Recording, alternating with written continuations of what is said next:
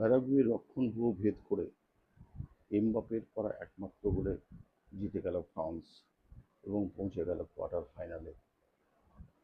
এই নিয়ে এমবাপ্পে পরপর এই বিশ্বকাপে 7টা গোল করলেন এবং সব মিলিয়ে তার বিশ্বকাপে হয়ে গেল 19টা গোল, মেসির চেয়ে একটা গোল কম। এই খেলাকে যদি এক কথায় বিশ্লেষণ করা যায় তাহলে বলতেই হবে যে এই খেলার মধ্যে না ছিল কোনো উত্তেজনা, না ছিল কোনো আবেগ, না ছিল কোনো নাটকীয়তা। আসলে কি জানেন তো, প্যারাগুয়ে সবসময় চেষ্টা করে গেছিল যে তাদেরকে যেভাবেই হোক ফ্রান্সকে রুখতেই হবে। আসলে সামনে যেখানে এমবাপে, দেমবেলে, অলিসেরা আছেন, সেখানে তাদের চিন্তার শক্তিটাকে সেইভাবেই ধরে রেখে যে তারা যে আক্রমণে যাবে সেই চেষ্টা সেইভাবে তারা কখনোই করেনি। একমাত্র খেলার শেষ দিকে যখন তারা 1 গোলে পিছিয়ে আছে সেই সময় তারা করবার চেষ্টা করেছিল, ব্যাস এইটুকুই।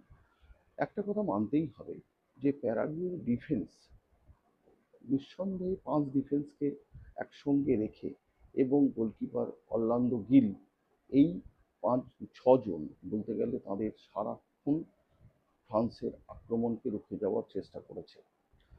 এক কথায় বলা যেতে পারে যে প্যারাগুয়ের খেলার মধ্যে ছিল রাফ অ্যান্ড টাফ মনোভাব। বারবার তারা চেষ্টা করেছে যে ফ্রান্সের আক্রমণকে রক্ষার জন্য গাজোয়ারি ফুটবল হোক কিংবা মানে কড়া ট্যাকেল দিয়ে হোক, যেভাবেই হোক রুখে দাও। এই চেষ্টাটাই, এই মরিয়া প্রচেষ্টাই শেষ পর্যন্ত প্যারাগুয়েকে বলতে গেলে গোল খেতে দিচ্ছিল না।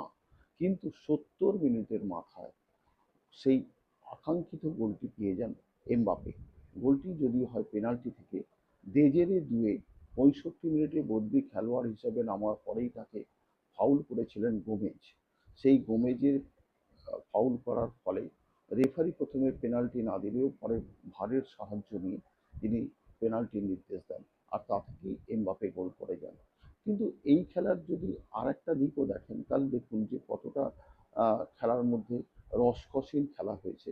যে প্রথমার্ধে কোনো দল অন টার্গেটে কোনো শট নেয়নি। 1966 বিশ্বকাপের পরে এই হলো তৃতীয় ম্যাচ যেখানে অন টার্গেটে কোনো দল একটা শট নিল না।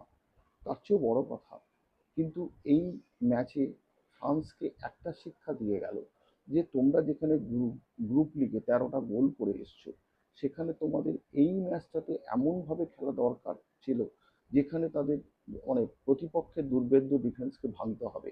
সেই ভাঙার পরিকল্পনাটা কিন্তু এবার নতুন করে সাজাতেই হবে